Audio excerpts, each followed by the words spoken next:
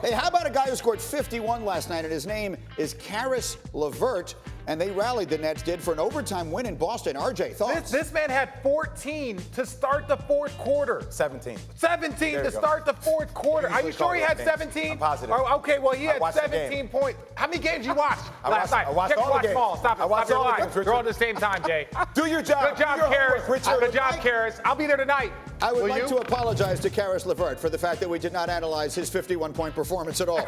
Meanwhile, Jay, Clippers beat the Thunder last night. How good do they look? The Clippers are one of the deepest teams there is in the league. Love their scoring punch. I know they barely beat the 76ers. People were worried about them, but look, this team will be ready when playoff time comes. And then Seth, Tim Duncan filled in for Greg Popovich as head coach last night and picked up his first coaching win, although technically it goes on Popovich's record. What'd you see from Tim Duncan? Tim Duncan being Tim Duncan, basically self-deprecating, giving everyone else the credit, being a great teammate, making fun of himself during the course of the game, saying, what did I do? I stood up and I talked to the officials. That's Tim Duncan. Making fun. Look, Tim Duncan has been carried by people his entire life. Right, except his hairdresser, whoever's doing his hair. You guys see what I deal with on a daily basis with him? You shut up right now. Where's the camera? That's a great way for kids to talk to people. Tim Duncan has been given credit for so many things that he hadn't done. Even tonight, this is his first win. He didn't do anything. This was Will. This was Becky Hammond. He said he just stood up and was running his mouth, and good things happened. I am so mad. So I know we're going 5 to from Allie, but wait. We're saying he is the best power forward to ever play the game. You're saying that he's been giving this kind of credit. He's been carried by Pop, Tony, Manu, Bruce Bowen, and now here he gets his first coaching win. He did nothing. Good luck, He is a waste of a player, waste of a time. Tonight, honestly, he's the reason why the Spurs are struggling this year. Right. Richard Jefferson, you told me that if Anthony Davis plays like that, what happens? They win a championship, right? But mainly because I don't believe Kyle Kuzma can give us any more than what Kyle Kuzma is giving us. So the only way for the Lakers to really raise a level is for Anthony Davis to play that type of basketball. But he's got to do it against the dominant teams. At the end of the day, he's going to have 25, 13, and 6. That's what his numbers will be. But it's how impactful those numbers are and who he does it against. If he does it against the Clippers, against Milwaukee, they can win a championship. The Lakers, they worked out Dion Waiters. And I think that's a really big workout for them because I still think they need somebody else who can create off the dribble.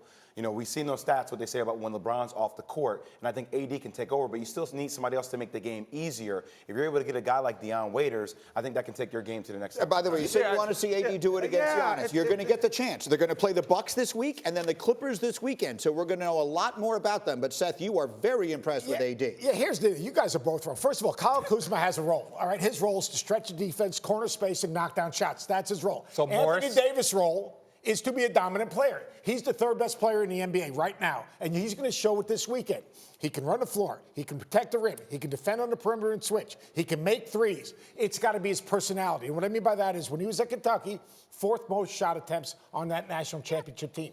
He's got to see himself as a dominant player. And I think he will see himself, and I think LeBron will bring that out in him. But don't compare him to Kyle Kuzma. Kyle Kuzma has a mini role, just like the other 3 guys that play with LeBron and Anthony Davis. I understand the point you were making. You're not comparing him to Kuzma, but you're suggesting that it's not going to be ultimately about Kuzma. It's going to be about Davis. I get it. Do you agree with that notion? If I said to you right now, 2 of the 3 best players in the world are on the same team, the Lakers, would you agree? I would say no, but we're splitting hairs because I would take Bron, I would take Giannis, and probably Kawhi. I would take Kawhi. But again, we're talking about 3 or 4. Like they have 2 of the top 5, 100%. All I'm trying to say to you guys, it's not enough. It's not enough because if LeBron James gets in foul trouble, then this is a different team. You need somebody else that can create off the dribble and make plays easier from somebody else. And if you're saying that Rajon Rondo is going to be the guy you're going to count on to do that, we've all seen their production drastically go down when LeBron James is off the court. That's all I'm saying. Joe, I agree with you, but if Giannis gets in foul trouble, you're going to see a different Milwaukee Bucks team. If any great player gets in foul trouble, they're going to be a different team.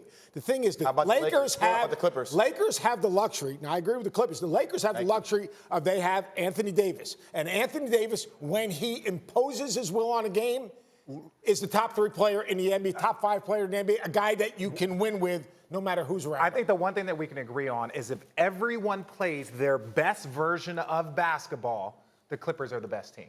If they play their best. Yes. Now, the one thing that could upset that is if Anthony Davis raises his level. That's the one thing to me that could change that series. See, that to me is fascinating because I have always felt basketball is a game where the team that has the best player wins. The Lakers would have the two best players. They would have two players better than any two on the Clippers. But the Clippers are so much deeper. So we really will find out which of those two is more valuable a little bit this weekend when they meet up, but certainly in the playoffs. Yeah, and I think the Clippers, their depth overall, even with that second unit, having Reggie Jackson, Marcus Morris, guys that can score, like that's dangerous, right? Like their bench, I think, had like 58 points in the last game they played. How big is the second unit in the playoffs?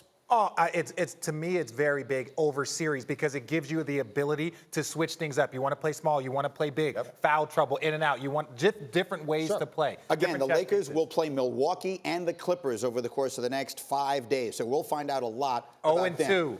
0-2.